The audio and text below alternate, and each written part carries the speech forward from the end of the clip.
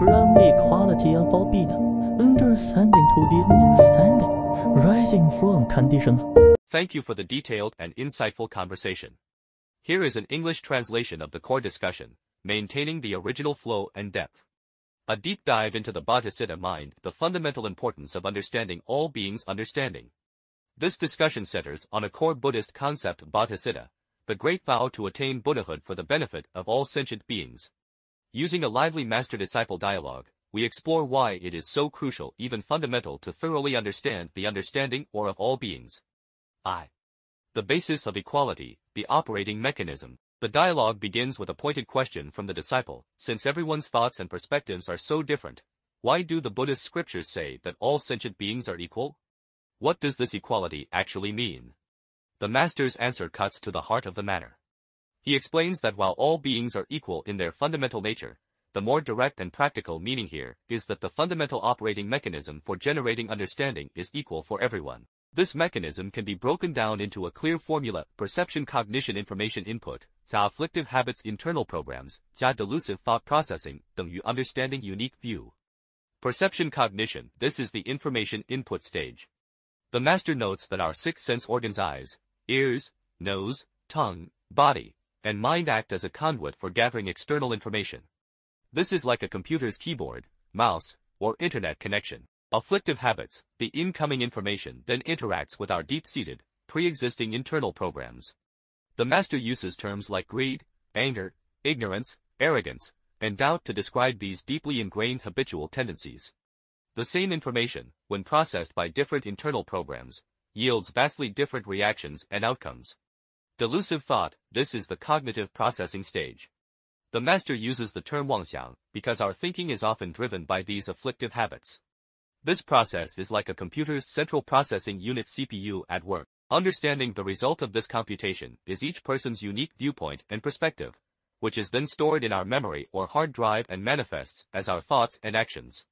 The master emphasizes that this model is universal to all beings. While surface-level thoughts vary greatly, the underlying process that generates them is the same. This is equality in terms of the operating mechanism. By understanding this shared mechanism, we gain the ability to deduce why a person has a certain understanding, no matter how different it may be from our own. Why understand the myriad understandings? Having grasped the concept of an equal operating mechanism, the disciple asks a more profound question. Given the infinite variety of understandings across all time and space, why should one go to such great lengths to know them all? It seems like an endless task. Here, the master introduces a crucial metaphor. The understanding or jia is like a knot in a rope. Untying the knot, if you want to help someone untie a tangled rope, you must first carefully examine how the knot was tied, which part is twisted, and which is a slip knot. Otherwise, pulling randomly will only make it worse. Similarly, to help beings overcome their afflictions, you must first know precisely what their emotional and mental knots look like and why they are so tangled. Skillful means and wisdom, just seeing the knot isn't enough. You also need the right methods and tools, what the scriptures call skillful means and wisdom, to effectively untie it. This explains why a bodhisattva seeks to gain the light of skillful means to understand all immeasurable differentiated understandings and know all the different understandings in the ocean of sentient beings, leaving nothing out. Past and future. As for understanding understandings from the past and future, the master explains that because the fundamental perception the affliction understanding model is consistent, a being with profound insight and wisdom can deduce how a particular understanding was formed in the past and how it might trend in the future. Of course, this requires a high level of spiritual cultivation. The ultimate goal is to reach the state of a Buddha, who has complete knowledge of all beings' understandings. 3. The dimensions and layers of understanding. To deepen the comprehension of understanding, the master uses a series of classifications to dissect it from different angles. Instead of merely memorizing terms, the goal is to grasp the core principles behind these distinctions. Wholeness, imperfect understanding versus complete understanding. This dimension relates to the completeness of an understanding, whether it has any remaining residue. Imperfect understanding, the master explains that residue refers to the remaining afflictions and the effects of past karma. Our understanding is influenced by how much greed, anger, or other emotional knots are left within us. This residue is what the master calls proportionality, 比量, which directly impacts our perception and life experiences. He links this residue to karma, stating that our body is a platform condensed by karma, bearing the consequences of our past actions. The vivid story of the Mongolian soldier's debt is meant to illustrate how karmic influence transcends time and cannot be easily erased. Complete understanding this is the state of knowing everything fully, with no afflictions or karmic residue remaining, akin to the state of a Buddha. When the disciple wonders if this means destiny is fixed, the master clarifies that Buddhas and Bodhisattvas don't predict fortunes, they teach the Dharma of knowing suffering and happiness. The ultimate goal is to help us overcome suffering and find happiness, but the key to transformation is in our own hands. We must be willing to change our own thoughts and behaviors, like trading greed for generosity or hatred for compassion.